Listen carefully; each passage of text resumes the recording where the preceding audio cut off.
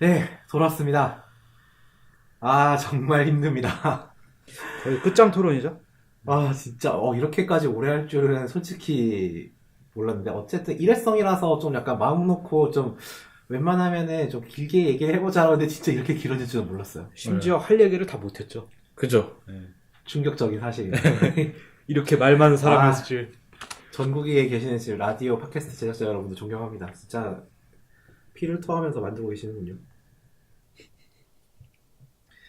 네, 어쨌든 다음 코너, 마지막 코너입니다. 들어가겠습니다. 게임 오버. 아, 정말 게임 오버 네. 하고 싶네요. 네, 마지막 코너답게 적절한 제목이 아니었을까. 네, 마지막 같죠? 2017년에 게임에 대해서 한번 얘기를 해보도록 하겠습니다. 저희 셋 모두 게임을 좋아하죠. 그죠?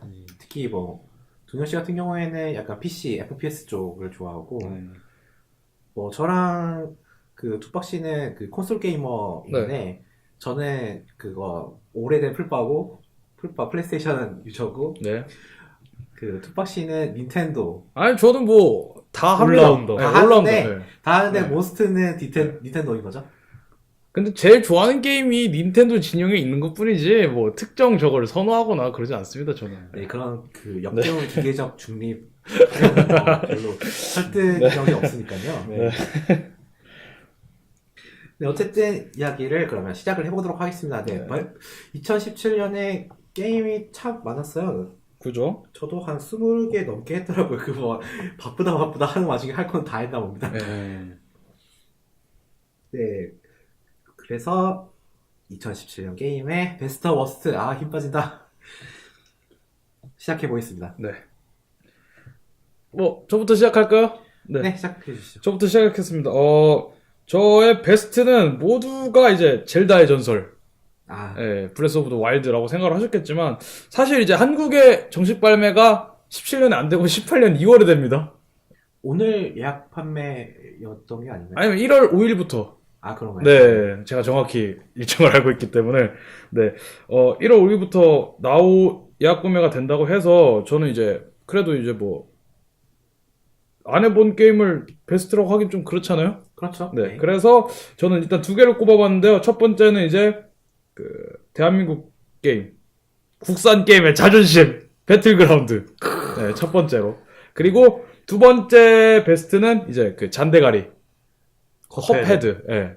상당히 되게 잘 만든 게임이고 둘 다 배틀그라운드 같은 경우에는 선정 이유가 전체적으로 봤을 때 솔직히 온라인 게임이라는 시장 자체가 약간 침체되었다고 볼 수 있었죠. 배틀그라운드가 등장하기 전까지는 세계적으로 봤을 때는 뭐 도타나 한국 내에서는 뭐 많은 이제 MMORPG 게임들이나 뭐 피파나 이런 게임들이 있었긴 했지만 그래도 이렇게 배틀그라운드처럼 이제 사회적으로나 이제 그러니까 글로벌적으로 되게 패러디드 영상들도 많이 나오고 이런 것들은 되게 없었다고 생각을 했는데 약간 침체였다기보다는 변화가 적었다라고 봐야 될까요? 그죠? 뭐 작년 네. 그 전년도 오버워치 이후로는 그렇게 큰 네. 임팩트가 없었던. 근데 이제 되게 유저들의 니즈를 잘 맞춰서 나온 게임이라고 저는 생각을 하고요. 진짜 어떤 니즈가 있었을까요? 그러니까 말 그대로 저는 그렇게 생각해요. 같지 않은 게임을 원했어요, 유저들은. 근데 같지 않은 게임이 나타난 것뿐입니다. 네. 그렇군요. 네, 저는 그렇게 생각해요. 그러니까 이 게임이 물론 얼리 액세스였고 지금은 정식 출시된 상태지만 얼리 액세스라서 많은 문제점이 있었죠. 뭐 서버 이슈도 있었고 뭐 이제 뭐 UI가 조금 이제 조악하다. 조악하다. 핵 문제 있었고요. 네, 핵 문제도 있었고 이제 뭐 핵 문제도 있었고 물론 이제 서버 문제가 제일 컸었죠. 그리고 매칭에서도 문제가 있었고 그리고 이제 대한민국 쪽에서는 이제 그 카카오 서버와 함께해서 많은 이슈들이 있었죠. 그거에 대해서 얘기도 엄청 많았고.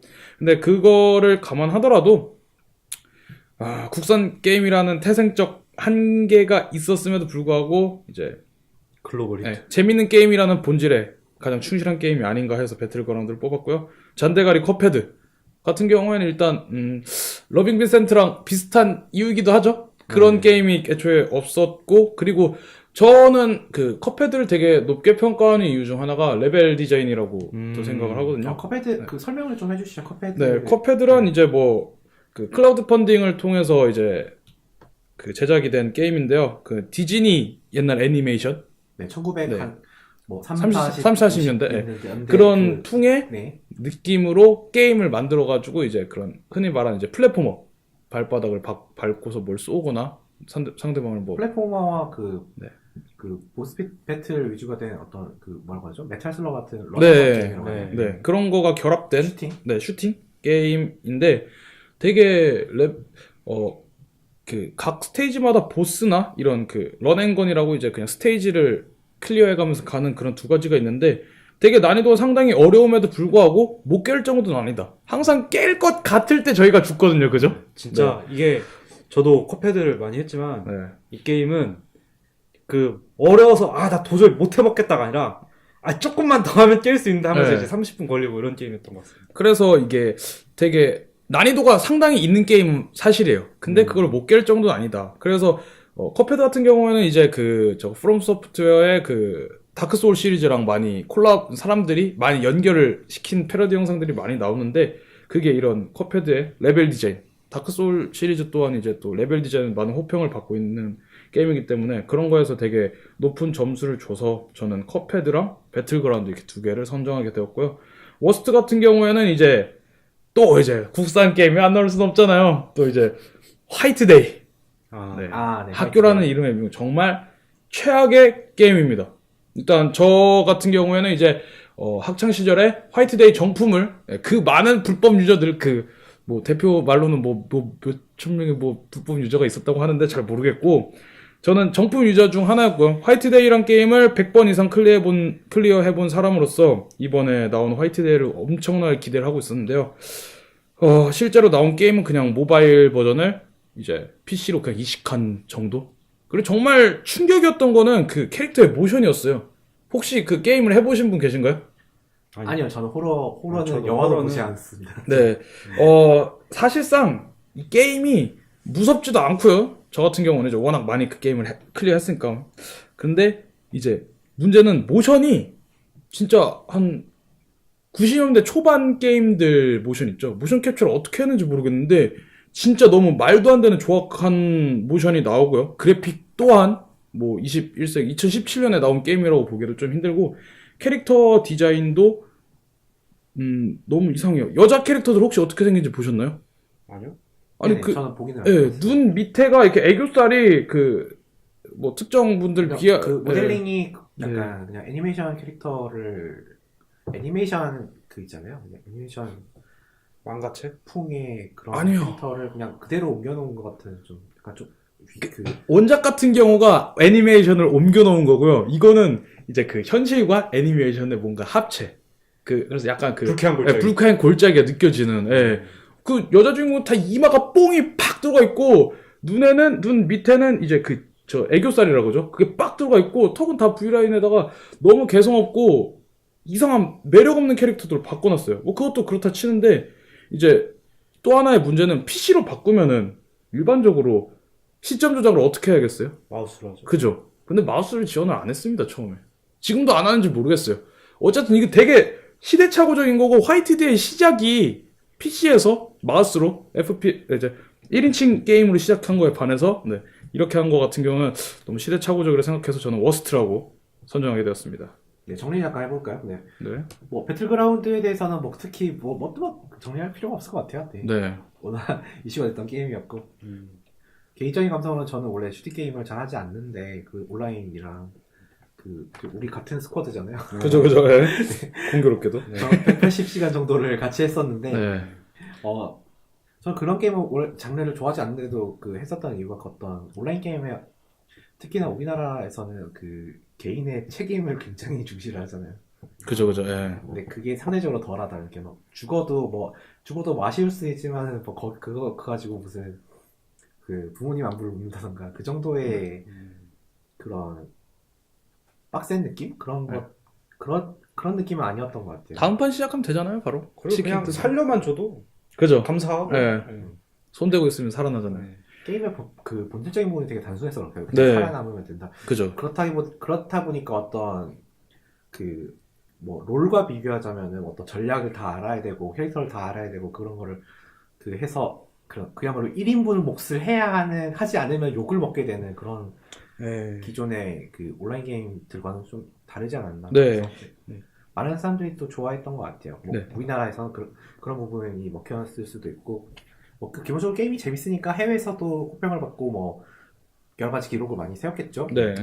그리고 컵헤드는 말씀드렸듯이 그 애니메이션풍 그래픽, 그것도 전부 다 수작업으로 네. 그려냈다는 아주 믿을 수 없는 그 그래픽 비주얼의 어떤 신선함 네. 이 하나 특징이고, 그 복고적인 그래픽만큼이나 복고적인 난이도, 그죠.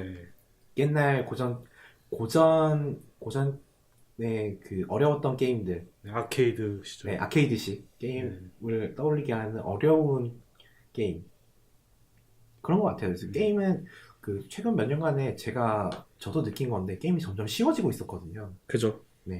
어떻게든 사람들 계속 끌고 계속 플레이하게 만들려고 게임이 점점 복잡해지다 보니까 점점 쉽게 하려고 막 도움말을 계속해서 띄워주고, 메뉴에 막 네.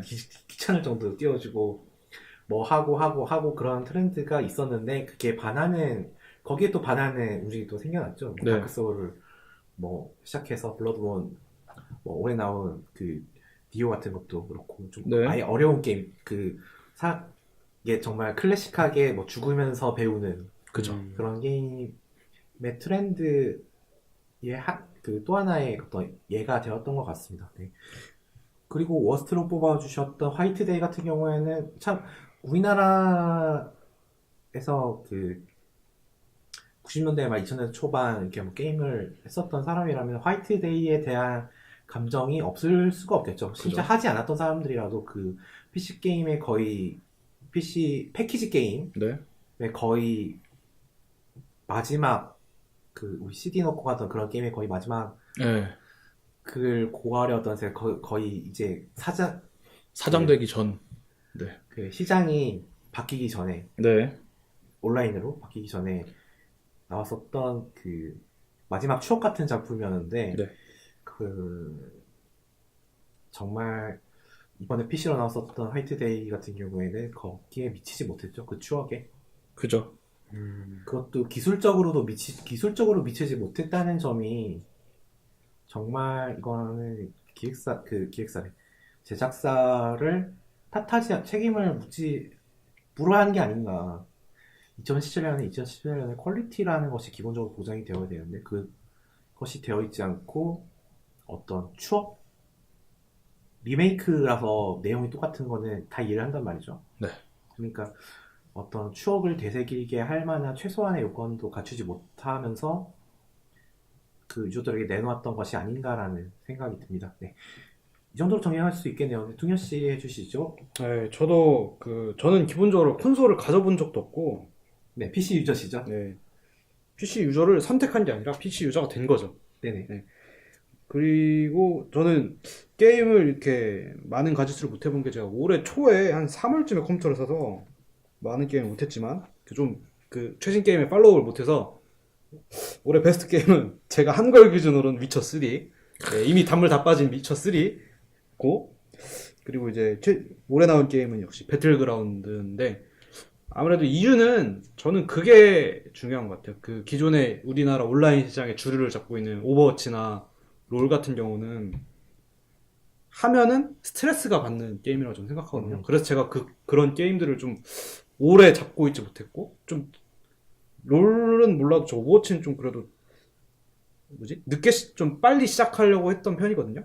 그런 거에 비해서는 되게 빨리 빠져나왔는데, 그 이유가 너무 스트레스 받는 게임이다. 그리고 이거를 친구랑 같이 하면 친구랑 싸울 가능성이 굉장히 높다. 였는데 배틀그라운드는 친구랑 싸우지 않아도 되는 게임인 거죠. 네, 아까 했던 것과 비슷한 맥락인 것 같아요. 네, 실패에 그쵸. 대한 부담이 적다.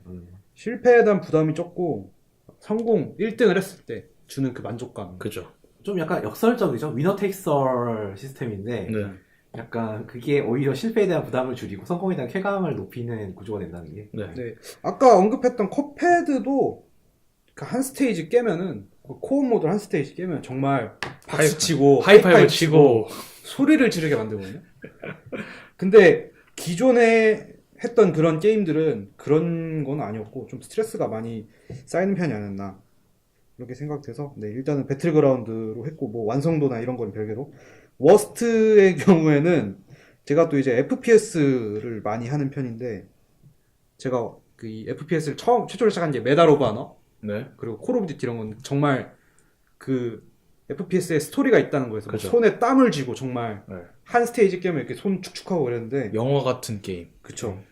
근데 콜 오브 듀티 월드워 2는 제가 정말 큰 기대를 하고 7만 얼마를 주고 제가 예약 구매를 했는데 네, 제가 그때 그 구매를 할 때 그 제가 그때 옆에 있었던 걸로 기억을 하거든요. 그때 제가- 스팀에서 막 고르고 있었을 때 제가 또 속는다. 나 정말 마지막으로 속는다. 정말 트레일러만큼만 나왔으면 좋겠다. 했는데 네, 장점이 없는 게임이었던 것 같습니다. 이제 왜 사람들이 월드워 2로 돌아간다 했을 때 사람들이 기뻐했는지 그거에 대한 뭔가 어떤 점이 그렇게 모자랐다고 생각하나요? 어떤 연출이 모자랐습니까? 어떤 스토리 자체에 문제가 있었나요? 아니면은 플레이의 어떤 뭐 플레이 경험에 있어서의 그 문제가 있었나요? 메카닉적인 문제가 있을 수도 있고 경험적인 문제일 수도 있고 뭐 여러 가지가 있을 텐데. 사람들이 특히 이제 이 미국의 전쟁을 다룬 게임이잖아요. 네네. 거기서 사람들이 분명히 원하는 지점들이 있을 거예요. 어떤 고증을 충분히 살리거나 아니면은 그 당시 사용됐던 승리한 전쟁의 총기의 맛이나 전투의 양상이나 이런 거가 있을 텐데 그거를 너무 현대화한 거죠. 그 최신 미래전에 가지고 있던 시스템을 가져와서 조금 더 불편하게 만든 거에 불과하지 뭔가 획기적인 시스템이나 아니면은 그 과거에 했던 그런 손맛이나 이런 게 없기 때문에 정말 전반적으로 그냥 이게 7만 원짜리 게임인가? 라는 생각이 들 정도로 좀 아쉬운 점이 너무 많아서 지금 그거를 일일이 열거할 수 없는 정도? 네. 혹시 그럼 스토리 모드 말고 멀티에 대해서 조금 말씀해 주실 수 있나요? 멀티는 제가 스토리 다 깨고 어이가 없어서 킨 적이 없습니다. 알겠습니다. 네, 심지어 그리고 멀티에서는 이 2차 대전 게임인데 네. 편의성을 위해서인지 모르겠지만 2차 세계대전 게임에 리플렉스 사이트를 달아준다던가 그런 거는 네. 제가 뭐 고증을 막 그런 거 좋아하고 밀덕이 이런 게 아니라 그런 점에서 약간 게임이 너무 캐주얼해진 게 아닌가. 그래서 네. 어떤 그 콜 오브 듀티 시리즈가 원래 시작한 게 그거 2차 세계 대전부터 했었잖아요. 네. 처음 나왔었던 콜 오브 듀티 1, 2 뭐 이렇게 해서 뭐 네. 그 어떻게 보면은 정말 이제 옛날 일이 됐습니다만 모던 워페어 콜 오브 듀티 4가 네. 시대를 이렇게 뛰어넘어서 새로운 시도를 한 셈이 되어버렸는데 그쵸. 그렇게 해서 이제 현대전 그리고 미래전 위주로 하다가 월드워 2로 돌아갔으면은 네. 이제 그럴 정도의 어떤 의의가 있어야 되는데 그런 것이 없었다. 이거는 단지 그동안 해왔던 거에 네. 관성적으로 한 거에다가 그냥 월드워의 모드를 단 것 뿐이지 그런 느낌이죠. 그런 게임이 전반적으로 이렇게 뭐 초심을 잃었다 이런 개념이 아니라 그냥 현대전이면 현대전에 맞는 게임이 나와야 되고 미래전이면 미래전에 맞는 게임이 나와야 되는데 그냥 결국 월드워 2라면 월드워 2에 맞는 2차 세계대전에 맞는 어떤 게임이 나왔어야 되는데 그러지 않고 그냥 시리즈의 관성에 그래서 이제 미래전으로도 별로 할 말이 없으니까 그냥 옛날로 간다라는 느낌밖에 나지 않았다. 네. 심지어 이 마지막으로 이 2차 세계대전 다룬 월드 앳 워보다 게임이 구려요. 연출도 구리고 게임도 구리고 스토리도 구리고 뭐 전반적으로 다 구려요. 뭐 음향도 구리고 뭐 하나 나아진 게 없으니까 최신작인데 트리플 A 게임인데 가격도 트리플 A. 네, 굉장히 실망스럽습니다. 진짜 멀티는 쳐다볼 생각도 안 했어요. 정말 절절한 실망감이 느껴지는 말씀이었습니다. 네. 모던 워페어 2, 3 알았어요. 둘 다 제가 알았어. 100시간 넘게 200시간 넘게 플레이를 했지만 이거는 베스트는 배틀그라운드는 겹치고 위쳐를 꼽아주셨는데 위쳐는 사실 2017년에 나온 게임은 아니었습니다만 그만큼 생명력이 있는 작품이라고 봐야 되겠죠? 정말로 갓게임이라고 할 수밖에 없는. 네. 알겠습니다.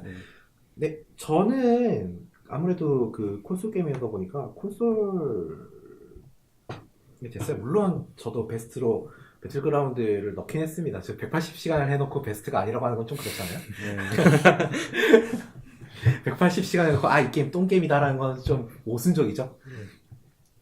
하지만 골스팬이라고 여러분들이 다 뽑아주셨기 때문에 저는 뭐 배틀그라운드는 제외하고 네. 콘솔 게이머로서 어떤 작품을 골랐느냐. 베스트는 저는 이번 2017년도에 게임 오브 더 이어를 고르라고 하면 저는 니어 오토마타를 고르고 싶습니다. 네, 어떤 게임인지 잘 모르시죠?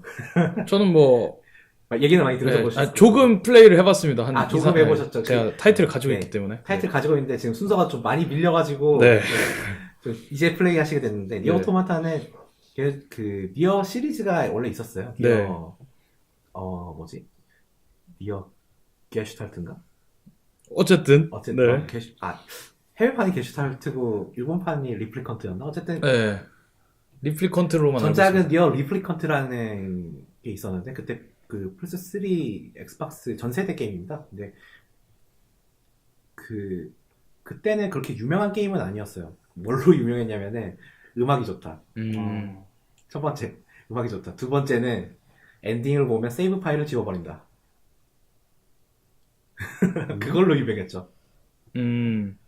그걸로 유명했던 게임인데 네.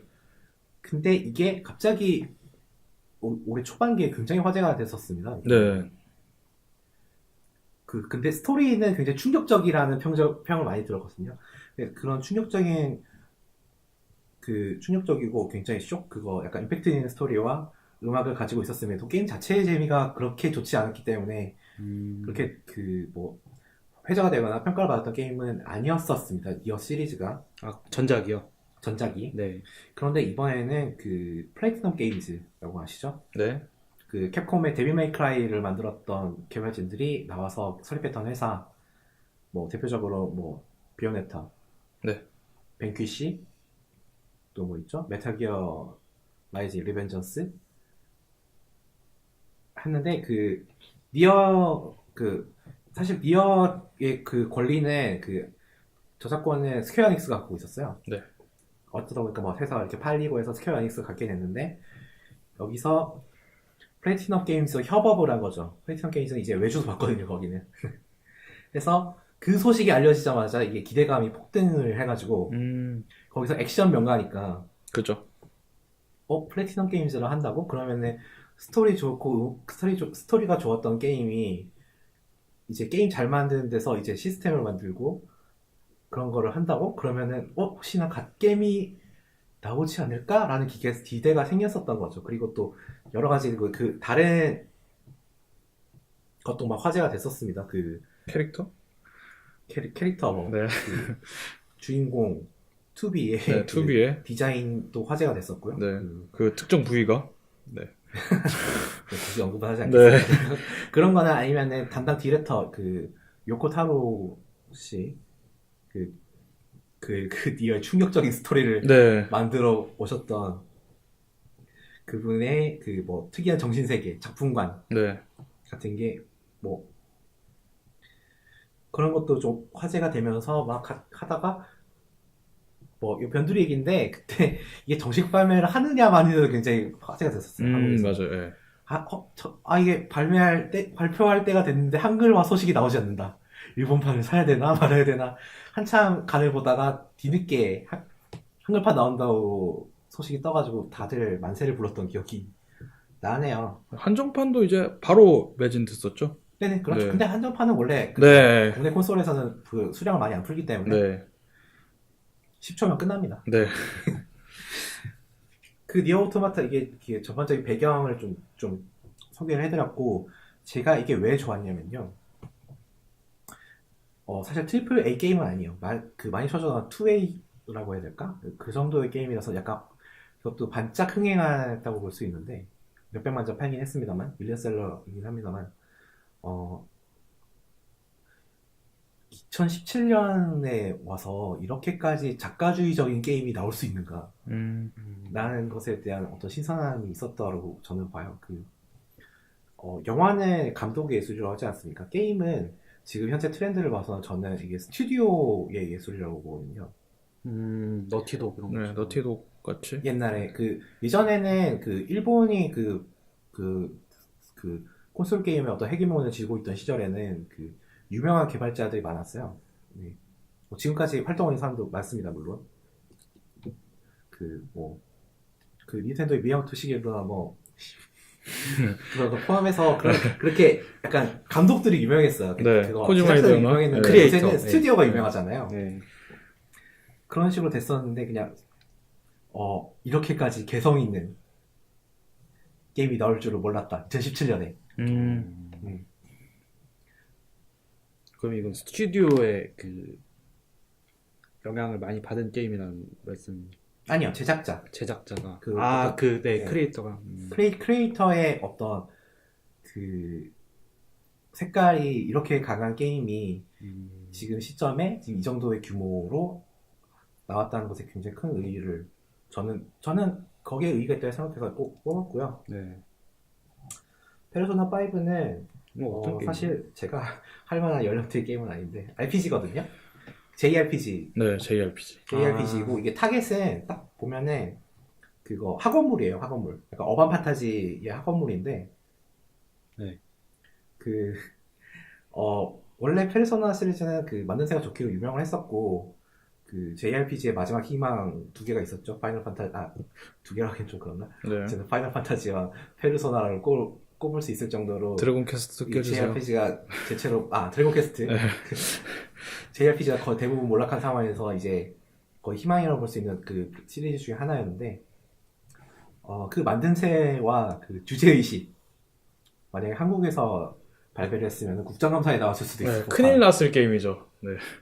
페르소나. 네? 페르소나가 아닌가? 네네. 네. 무슨 게임인지 전혀 몰라요. 저는 이때까지 해본 게임 중에서 제일 좌파적인 게임이었습니다. 네. 제가 좌파로서 뽑은 건 아닙니다. 그래서 그렇다고 그 정도로 주제의식이 굉장히 명확하면서 저는 뭐 해보면 좋을 것 같아요. 그 나이대 분들이 학생이나 급식 게임인가요?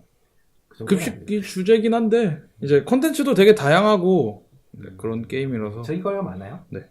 재밌는 게임입니다. 네. 그럼 베스트는 좀 길게 했으니까 워스트는 좀 짧게 할게요. 워스트는 제가 책 얘기할 때 셜록 홈즈 게임을 했었다고 말씀드렸었는데 네. 이겁니다. 셜록 홈즈 악마의 딸. 정말 재미가 없습니다. 제목만 들어도 재미가 없어 보이네요. 어드벤처 게임인데요. 네. 이게 시리즈 게임이에요. 한 몇 편 나왔습니다. 거의 7편, 8편 네. 나왔었는데 제가 전작도 했었거든요. 네. 전작이랑 거의 똑같아요. 그냥 시나리오 추가된 정도. DLC 느낌. DLC 느낌. DLC라기보다는 약간 다른 에피소드 모음집 그 그 정도이고 그것도 별로 좋지가 않아요. 약간 드라마가 중요한 게임인데 그 모델링이나 요새 페이셜 애니메이션이라고 하죠. 표정 네. 모션이 좀 그렇고 스토리텔링도 전반적으로 좋지 않고 스토리 수준이나 어떤 비율이나 이런 것도 어쨌든 다 좋지 않습니다. 약간 텔텔 게임즈 이런 텔텔 게임즈 이런 느낌인가요? 아니면 텐테일은 그래도 최소한 연출에 어떤 공을 좀 쓰잖아요. 네. 이거는 너무 좀 별로였습니다. 네. 그냥 별로였다. 그냥 셜록 홈즈의 팬이라서 한 건가요? 그럼 아니면은 시리즈를 했던 관성 때문에 팬이기도 하고 전작을 했었기 때문에 전작도 그렇게 재밌게 한 건 아니었는데 네. 사실 그때 잠깐 시간이 떠서 할 게임이 좀 필요해요. 어쨌든 재미없었습니다. 네. 그리고 파이널 판타지 논란이 많은 게임이었죠. JRPG의 마지막 날의 희망 중에 하나라고 제가 말씀드렸었는데 저는 사실 파판에 대해서 별로 좀 안 좋은 선입관이 좀 있어가지고 파판으로 대표된 JRPG에 대한 좀 안 좋은 선입관이 좀 있었어요. 이게 왜 그러냐면은 제가 예전에 파판 공략집을 봤는데 그게 사전 두께더라고요. 네. 사전 두께의 공략집이 나올 수 있는 게임을 하는 게 의의가 있나라는 생각이 좀 들어가지고. 근데 그때 같은 경우에 이제 한글화가 대부분 안 돼 있어가지고 이제 뭐 대사집까지 대사집. 같이 들어있는 경우가 많아서 아니요. 그때는 네. 플스 2 시절이었어요. X2. X랑 X2 네. 시절. 그때는 한글화가 나왔었거든요. 그죠, 네, 나왔죠. 네. 그런 게 좀 있었는데 이번 15는 한번 해봤는데 정말 스토리텔링이 별로였고 JRPG에 그동안 있었던 것 중에서 못난 점만 그대로 남았다. 정말 이상한 게임이었습니다. 오픈월드인데 차가 도로 밖으로 못 나갑니다. 그 신선한 충격이었습니다. 약간 여러 가지로 참 오픈월드 조무사? 아니 뭐 짜픈월드? 이런 식으로 표현할 수 있겠네요.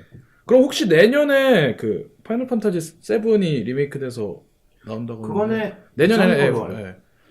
저는 예. 저는 그거 리스트 조사해봤을 때 거기서 2018년에는 나오지 않았던 걸로. 예, 그거에 대해서 언제 나오든 어떻게 생각하고 계시나요? 그것도 역시 망작일 것이다. 망작. 이건 파이널 판타지 7, 이거 좀 곁다리 얘기인데, 파이널 네. 판타지 7 얘기는 플스 1 시절에 그냥 기록적인 판매를 그죠. 올려가지고, 네. 항상 리메이크 얘기가 떠돌았었죠. 네. 과거의 망령인가요? 과거의 망령인데, 이거는 어느 정도 그 팬들의 그런 그 욕망이 어느 정도냐면, 스퀘어 에닉스가 망하려고 하면은 파이널 판타지 7 리메이크를 할 것이다. 라는 얘기가 돌았을 정도로 항상 그 거대한 떡밥이었는데, 그게 발표가 났어요. 한 2년 전에. 2년 전, 3년 전? 네. 해서 만들고 있겠죠? 네. 뭐 구체적인 저거는 아직 나오진 않았지만 이제 뭐 데모 플레이 영상이나 그런 것들이 조금 프로젝트 영상 같은 것들이 뜨긴 잘 안 하는데. 만들면 다 뒤지는 거기 때문에. 네. 아무래도 부담감이 엄청 크겠죠. 아 팬덤에 의해서 네. 뒤진다는 뜻인가요? 그죠. 그렇죠? 화이트데이 골을 안 날려면은 잘 만들어낸다. 아 근데 화이트데이의 팬덤과는 비교할 게 아니라 진짜 그거는 네. 비교할 수도 없지만. 네. 그렇습니다. 네, 베스트 몬스터 알아봤고요. 자, 지금 시간을 확인을 좀 해볼까요? 30분. 준수하네. 준수합니다. 자, 이슈 토크를 해야 되는데, 이슈 토크가 원래 6개가, 6개나 있었는데, 절반을 쳐냈죠. 쉬는 시간 동안 절반 쳐냈습니다. 이것도 좀 빨리빨리 끝내야 될 것 같아요. 네. 좀 할 말이 긴 주제들이 많은데. 자, 첫 번째입니다. 확률형 아이템. 뽑기. 네. 가챠. 랜덤 박스. 랜덤 박스. 국내나 해외에서도 지금 논란이 많이 되고 있습니다. 해외 그죠? 같은 경우에는 그 스타워즈 배틀프론트 네. 몰라요? EA에서 투. 하는 게임인데 거기에 그 랜덤 박스 과금 요소 때문에 굉장히 논란이 많았고 국내에서는 뭐 말할 것도 없죠. 그죠. 모바일 게임 자체가 지금 이렇게 이런 수익 방식으로 구조가. 네, 돌아가고 있으니까. 약간 이거에 대해서 그냥 근데 그 이야기 시작하기 전에 그 확률형 아이템이라고 하면서 굉장히 부정적으로만 그 이미지가 형성이 되는데 전 이런 것도 있을 수는 있다고 보거든요. 왜 이렇게 나오는가에 대한 원인이랑 그거를 좀 생각을 해봐야 된다고 보는데 확률형 아이템으로 이제 되는 게 그 대부분 모바일과 그 PC MMORPG, FPS? FPS 이렇지 네. 않습니까? 그것도 특히나 모바일의 경우에는 모바일은 거의 다 프리플레이인 경우가 많잖아요. 그 게임 자체는 무료로 제공하되 그 아이템이나 그런 컨텐츠를 랜덤박스라는 이름으로 팔아서 그걸로 수익을 창출하는 거죠. 네. 왜 그렇게 할 수밖에 없는가? 라는 것이 있어야 될 것 같아요. 그런 생각도 일단 일정 부분 해봐야 되고, 그리고 이건 제가 어디서 들은 얘기인데, 게임 값이 안 오른다. 잘 모르겠는데. 제가 생각을 해보면은, 제가 그 플스2 시절에 게임을 살 때는 게임 값이 얼마였지? 한 5만원 정도? 4, 5만 원 4, 5만원 정도 선이었어요. 지금은 올랐다고 하는데 한 7만원 정도 선이거든요. 네. 트리플 A 게임이 7만 7만 8천 원, 8만 원 사이 이렇게 나오고 뭐 나머지 게임들은 뭐 6만 원, 5만 원 5만 싸게 나오는 것들은 약간 5만 원 후반대 이렇게 5만 9천 8백 원. 그게 이건 그 가격대가 단순히 물가 상승률 뭐 그런 것도 있겠지만은 거기 들어가는 그 뭐 규모나 자본이나 그런 게 제가 봤을 때는 그 커지긴 많이 커졌거든요. 네. 그런 것 같아요.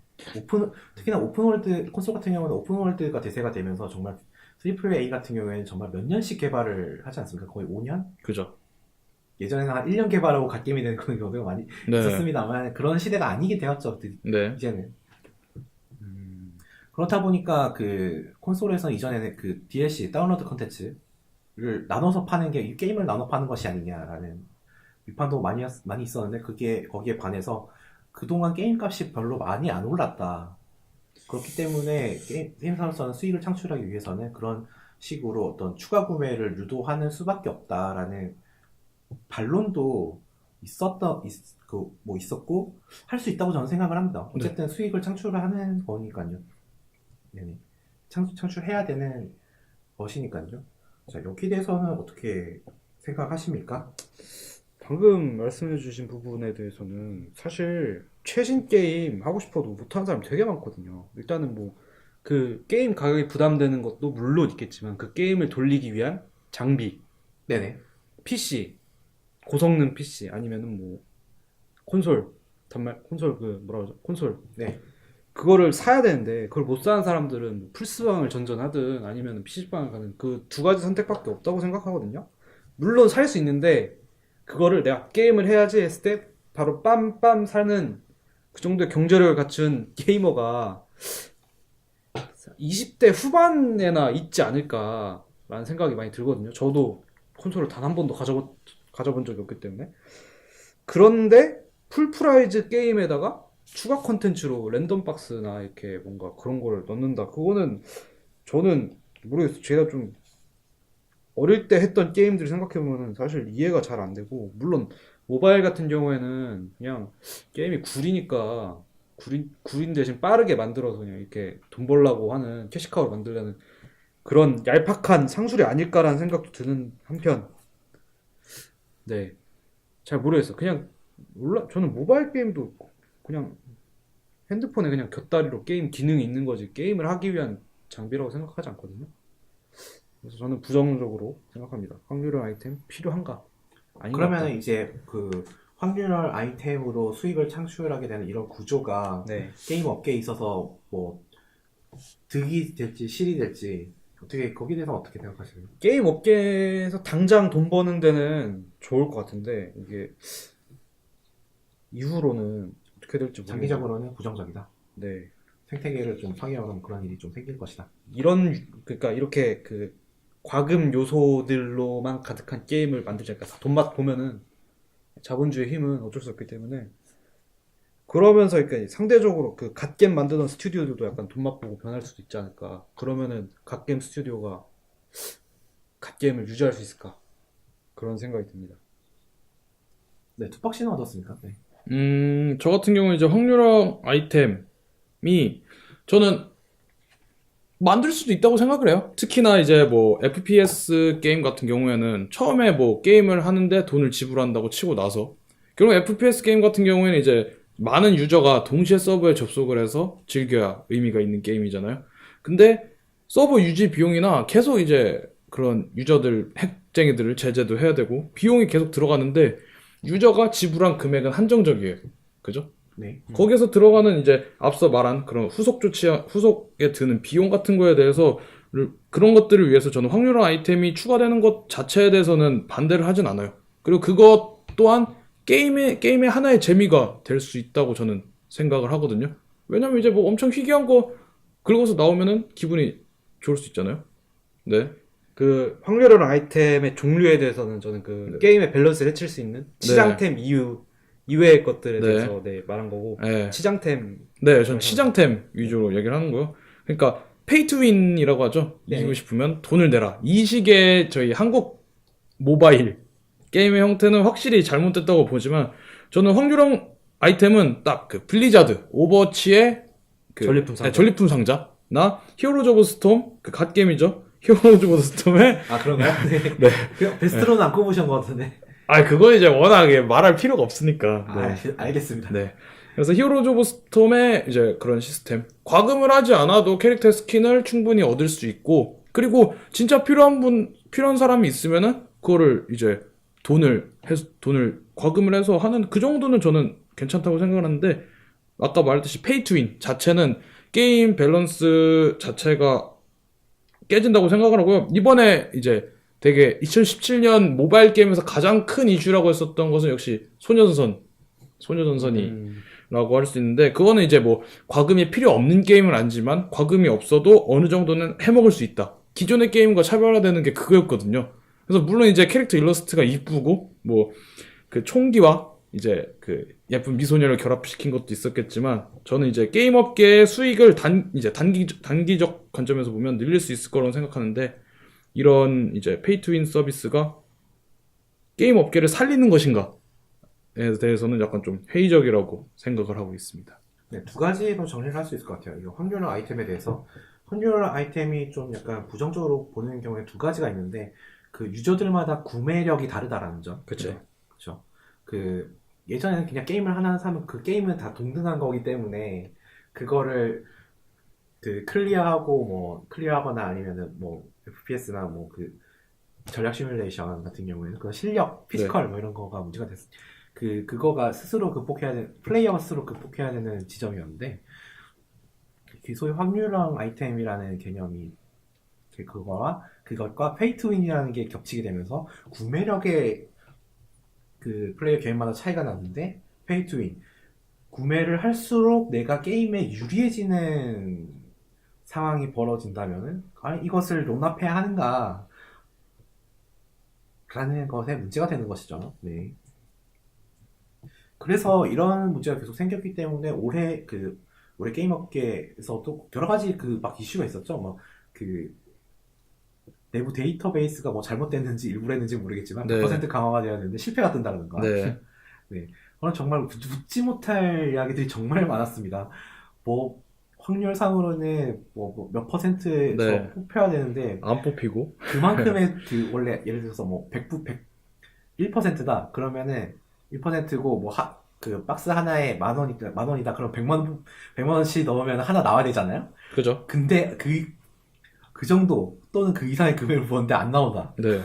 물론 수학적으로 가능한 일입니다만 납득은 안 되죠. 그런 사실상 이제 그 수치가 잘못돼가지고. 네, 수치가 잘못된 네. 그것도 네. 수치가 잘못된 걸로 결국 네.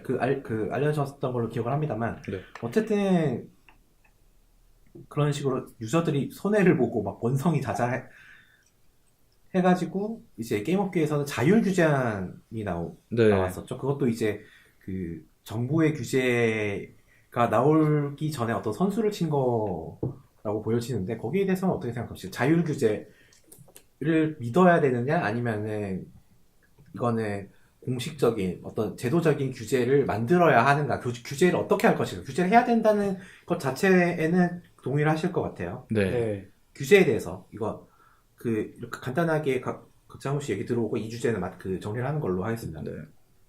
한 줄 평으로 자율 규제는 카르텔을 생성한다. 자율 규제는 믿을 수 없다. 눈 가리고 아웅이다. 저도 비슷하다고 볼 수 있는데요. 저도 한마디로 N3사를 어떻게 믿나 입니다. 저는. 네. N3사라고 하면 넥슨, 넷마블, NC. NC. 참 많은 게임들이 머리에 떠오르네요. 네. 게임은 뭐 요즘 모바일 게임들 나오는 거 보면 특히 그 넷마블에서는 게임을 정말 찍어내는 것처럼 만들더라고요. 이번에 지스타에서도 보면은 넷마블 부스에 뭐 모바일 대작이라고 해서 나온 게임이 3개를 동시에 이제 시연을 하고 있더라고요. 그것도 다 이제 대작을 3개나 네. 쓴다는 것도 참 대단하다. 그리고 뭐 블레이드 소울 M, 뭐 테라 M, 그리고 뭐 또 뭐 라그나로 뭐시기 M 뭐 해가지고 그렇게 해서 넷마블에서만 이렇게 몇 개를 이렇게 하고 있더라고요. 이것도 좀 찝어야 될 것 같아요. 올해 그 모바일 게임의 트렌드 중 하나는 그 M. 그죠, M.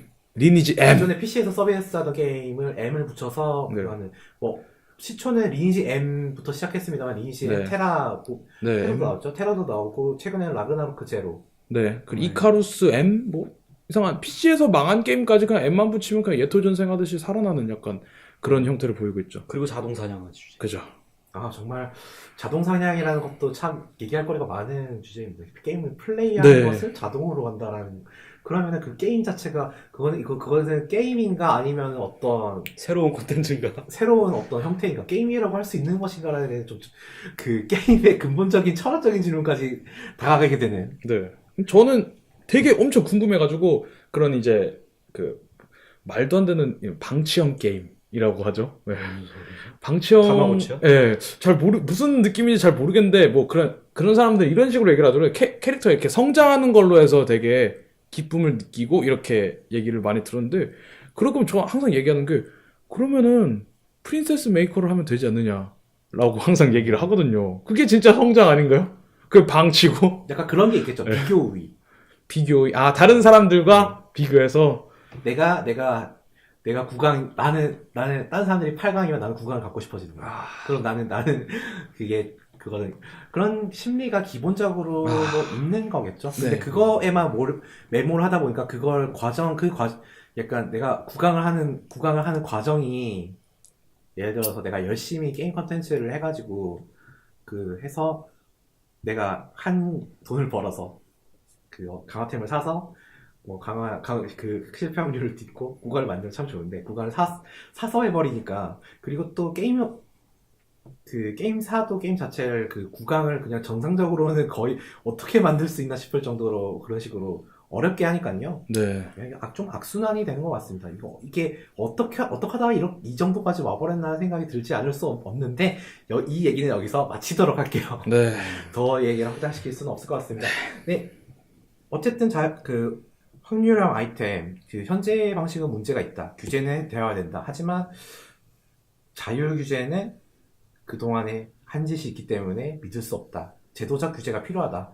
뭐 제도 규제도 어떻게 해야 하냐에 대해서도 뭐 말이 많을 수 있겠습니다만 네. 일단은 정무적인 판단은 정무적인 판단, 네. 정부가 각 기관과 부처의 협의를 통해서 네. 네, 그럼 또 이제 저희가 항상 알다시피 그분들이 뭐 하는 일 뭐 뻔하지 않습니까? 뭐 셧다운제 만들고 하셨던 분들, 네, 샷다 내려라. 네, 약간 그러면서 또 샷다 내려. 이제 제도권도 제도적인 규제도 믿을 수가 없다라는 얘기까지 나올 수 있겠네요. 네, 참 어려운 상황입니다. 어쨌든 어떻게 되든 간에 규제는 지금 상태에서는 필요할 것 같고요. 이제 너무 막 나가는 것은 좋지 않을 것 같고 그 규제가 생기더라도 약간 유저에게 도움이 되면서 앞서 말했듯이 그렇다고 해서 이제 지금 환경이 그렇게 바뀌었는데 일정 부분 유료 컨텐츠를 팔아서 수익을 얻는 것도 그게 부정한 건 아니죠. 그 자체가 부정한 것은 아니기 때문에 게임사도 이득을 얻고 유저들도 기분 나쁘지 않은 방향으로 가야 할 것 같습니다. 네, 이 이슈는 여기서 정리를 하도록 하죠.